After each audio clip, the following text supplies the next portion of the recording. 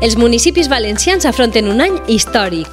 La Diputació de València i la Generalitat Valenciana han creat el Fons Valencià de Cooperació Municipal, amb una dotació total de 41,2 milions d'euros. Què és el Fons Valencià de Cooperació Municipal? El fons és una reivindicació històrica del municipalisme valencià que serà una realitat gràcies a la cooperació entre la Generalitat i la Diputació de València. Com es repartirà? Els 41,2 milions d'euros seran repartits mitjançant una fórmula que tindrà present tant el nombre d'habitants com la riquesa de cada municipi. Quin objectiu té el Fons Valencià de Cooperació Municipal?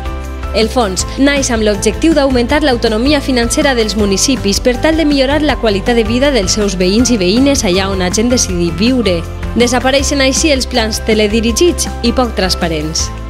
A què podran destinar els ajuntaments els diners del Fons de Cooperació Municipal? A tot allò que consideren més prioritari, siga despesa corrent o inversió. Els ajuntaments són majors d'edat i els seus alcaldes i alcaldesses els qui millor deuen conèixer les necessitats del seu poble. Quan rebran els diners?